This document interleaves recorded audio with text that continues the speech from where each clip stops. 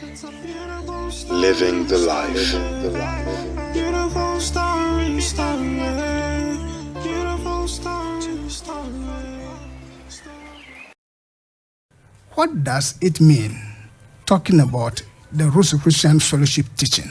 Is it just the normal wedding people go, or there is more to it than said?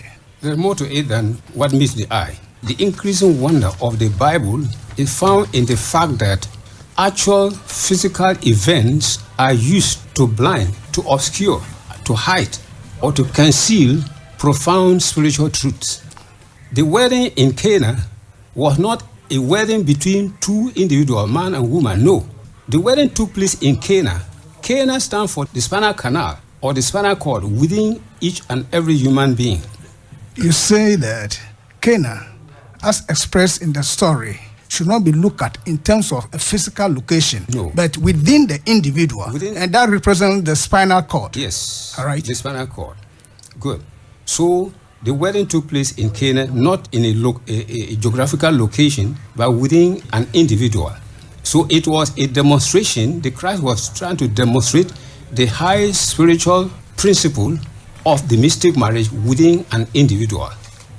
Now, Mary and Jesus were invited into the wedding. Just as bride and groom signify two male and female aspirants working together in equality on the outer plane, so Mary and Jesus signify the harmonious relationship of the two poles of spirit within an individual. You're saying that the spirit has two poles. Yes. And every individual has that. Yes. Good. And Mary and Jesus are representing the two poles, just as bride and groom are representing the two poles on the outer plane. In the mystic marriage, it is Mary who is for the heart side and Jesus is for the head side. Okay? So it is the heart and mind, or love and will, blending that constitutes the mystic marriage. And now, there were 6 water pots of stone, and the disciples were also present. 6 is a symbol of new life. The number 6 stands for new life. And stone symbolizes the soul body of an initiate. So the disciples present there mean that they were being instructed to build that soul body, their soul body, which is the water of emotion alchemically transformed into wine. So the water transformed into wine was not the actual water that we see, no. It was the water inside each one of them that is transformed into wine. Let me lay the background so that you can, my listener, my child listener can understand it better. Let's take our time and lay the background so that people can really appreciate this. Thank you. In every human being, either your heart is stronger than your mind, or your mind is stronger than your heart. Only God and his angels and archangels have the heart and the mind in equal operating, in equal strength, okay? And also high initiates, which are called adepts. They also have blended the heart and the mind so that they can operate of equal strength. But every human being, it is either your heart which is stronger than your mind, or your mind which is stronger than your heart.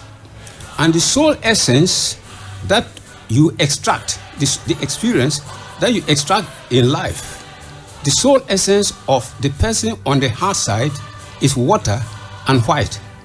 The color is white. The color is white. Okay. And it is water. The soul essence extracted by somebody on the mind side is fire and red. Fire represented by the color red. Yes. Okay.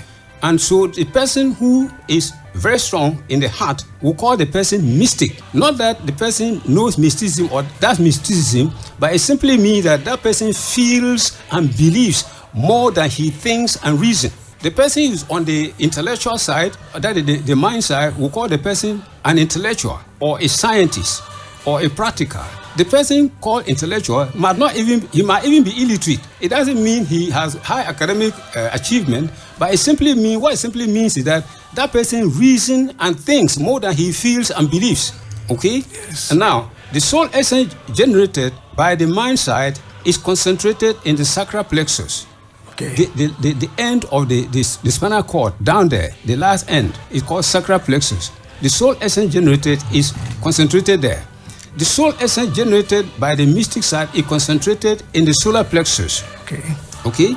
Now, we are born alternately. That is, if I am a male in this life, I have my mind stronger than my heart. When I die and I'm coming back, I'll be born with my heart stronger than my mind. So that you can balance gradually. So that I can gain experience from both. Okay. So if I have gained sufficient experience from both, it is there that I will now achieve the mystic marriage. And the mystic marriage is simply this: the red fire, the soul essence of the red fire of the intellectual, which is concentrated in the sacral plexus, will rise through the spinal cord towards the head, but first to the solar plexus, where the mystic soul is concentrated. It will get there, and then the two of them will blend.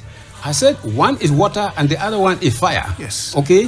One is white and the other one is red. Okay. Yes. When they blend, the color of the product is wine. Okay. And so that was exactly what took place. And the red and the fire one represent the Father or the will, and the water and the white color represent the Christ or the heart. Okay. Or the heart, left side or the heart. And now when it rises from the sacral plexus and comes to the solar plexus and the two blend, it means heart and mind, or love and will, have blended in perfect harmony. Yes. And that was exactly what Christ referred to in John 10:30, that I and my Father are one. Because Christ represents the love side and the Father represents the will side. And the two have been blended in perfect harmony. So they are in unity, no confusion. And that's what he meant by I and my Father are one. And people didn't understand him. Yes. So the wedding here is the blending of these two forces. That is the wedding, the mystic wedding or the mystic marriage. It was not a wedding between two individuals. That is exactly what it is. So it is a spiritual thing. Yes. That took place within the individual. Exactly. And we must also aspire to have that wedding within us. Exactly. Because without that, we cannot go back to God. Yes. Because God and all the angels and archangels, they have blended. They have blended that. And when we get there without that, we are odd.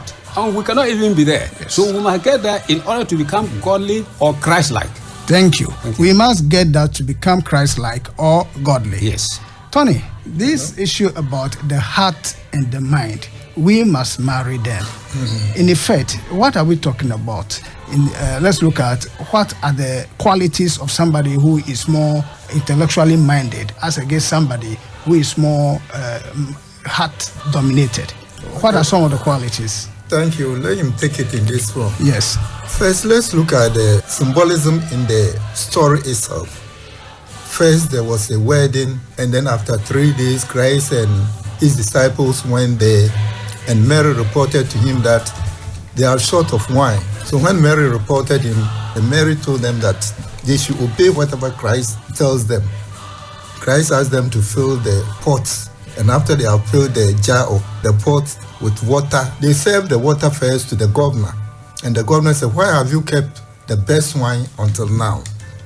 Mary, as you know, represent the heart, and the servant represent the lower nature in all of us. So Mary represent the heart, the faculty within which the heart, and Mary is commanded the lower self to obey the Christ within, which means that once the Christ within take over your body, whatever you do, the governor represent the mind will accept. And then now it means that it is the heart and the mind which are in control. There's agreement, and then they take over. The water represents the water of life, which was transformed from lower use to higher use as wine of life. The change is from water of generation. Now the water that is within us is a creative force we are all misusing. So the change is from water of generation to wine of regeneration.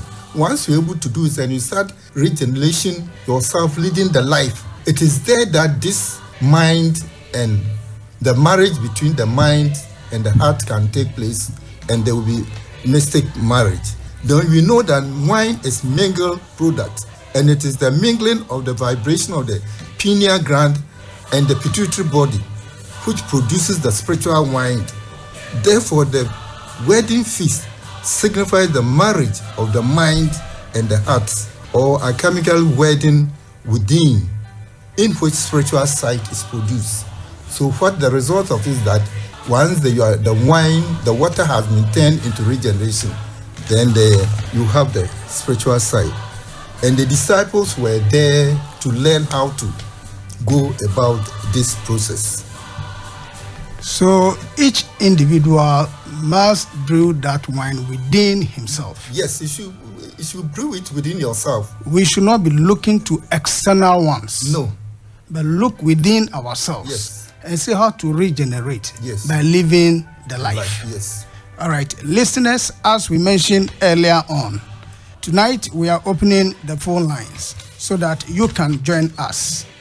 The number is 0551 656565.